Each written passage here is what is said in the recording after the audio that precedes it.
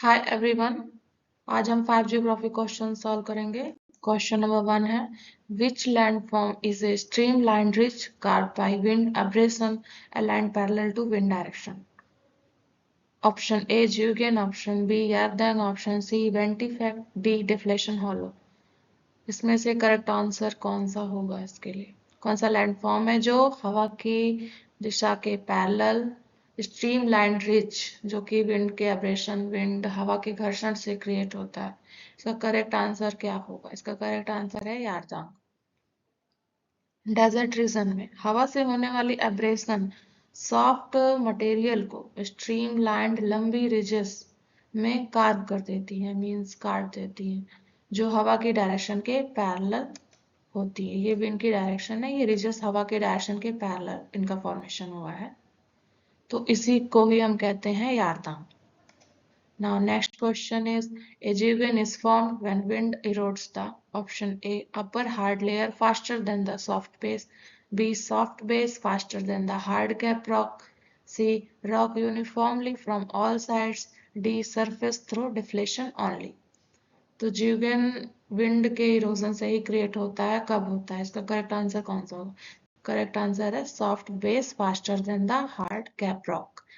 ये correct answer है and this is the figure of जीवन। तो डेजर्ट रीजन में हवा रेजिस्टेंट कैप रॉक के नीचे वाले सॉफ्ट लेयर को पहले इरोड कर देती है।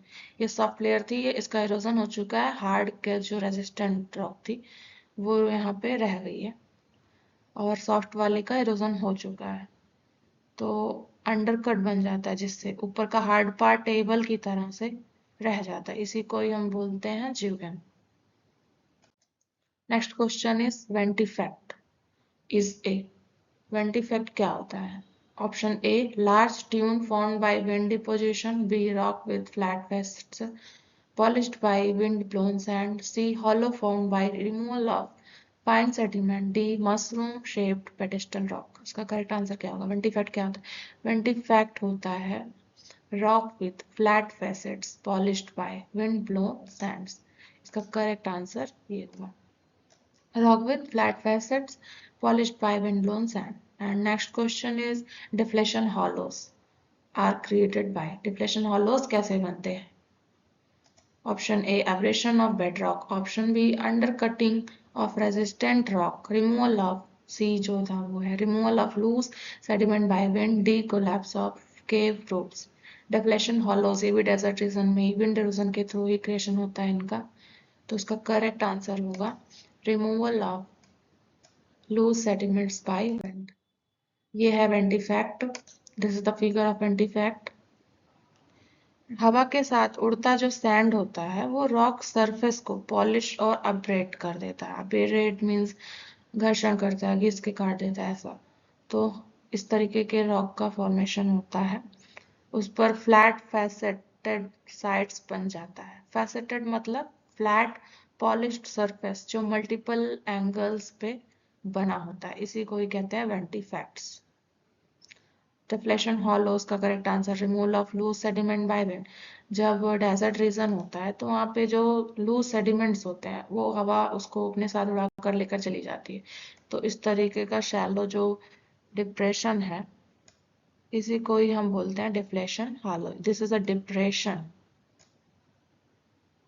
इसी को डिफ्लेशन हॉलो बोला जाता है। Next question is mushroom rock. Mushroom rock pedestal rock भी बोलते हैं। रिजल्ट फ्रॉम ए ऑप्शन है uniform wind abrasion, B differential abrasion lower part eroded more, and C glacial deposition, D river erosion. इसका correct answer क्या होगा? Mushroom rock कैसे बनता है? मशरूम रॉक का क्रिएशन होता है डिफरेंशियल एब्रेशन से, जिसमें लोअर पार्ट का इरोजन ज्यादा होता है in compare to hard rock, तो ये मशरूम शेप क्रिएशन होता है, इसी को ही हम कहते हैं मशरूम रॉक। ये भी डेजर्ट रीजन में ही मिलता है। So this is last question. Please like, share and subscribe. Thank you.